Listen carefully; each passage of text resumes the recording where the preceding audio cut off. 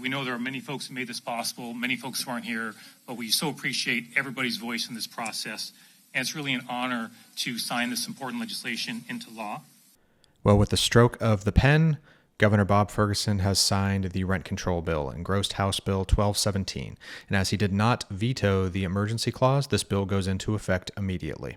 With the ink still wet from his signature, this bill goes into effect and now caps annual rent increases at 7% plus CPI inflation, or 10%, whichever is lower. Manufactured and mobile home communities, annual rent increases are capped at 5%, with no CPI inflation addition. For the full list of provisions now law enacted by this bill, check out rhawa.org.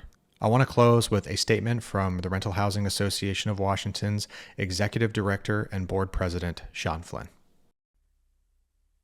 Today, Governor Ferguson signed the rent control bill. For the first time in the state, in the history of the state of Washington, Washington State has rent control. I want to thank everyone involved in the robust and hard-fought campaign that the RHA led in order to try to stop this bill. Everyone who emailed in, who arrived at the hearings, who joined us on Day in the Hill, your voices were heard, and we could not have done it without you. While the bill passed, I want all of us out here listening to understand this bill could have been much worse, but for the efforts of RHA and our membership, it would have been.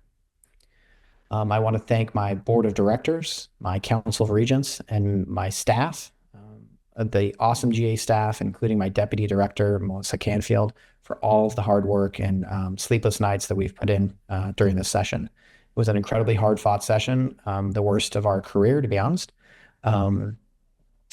And I think that it's important at this point as housing providers, we understand this is not the end, but just another chapter in a much larger, longer battle about property rights in the state of Washington, which means I'm going to need more help and more support from my membership going forward. And so if you are have not been involved with our PAC or our Legal Defense Fund, or have not been heeding the calls to action that you receive from Daniel Bannon, please do so in the future, because we will continue to see legislation that attacks your property rights, both from the state and at a local level going forward.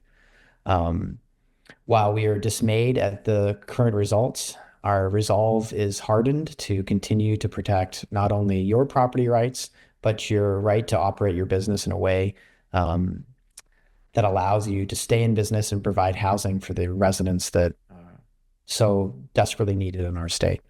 Thank you so much, and know how much I, as executive director and board president, appreciate all the work that you've done to help get us this far.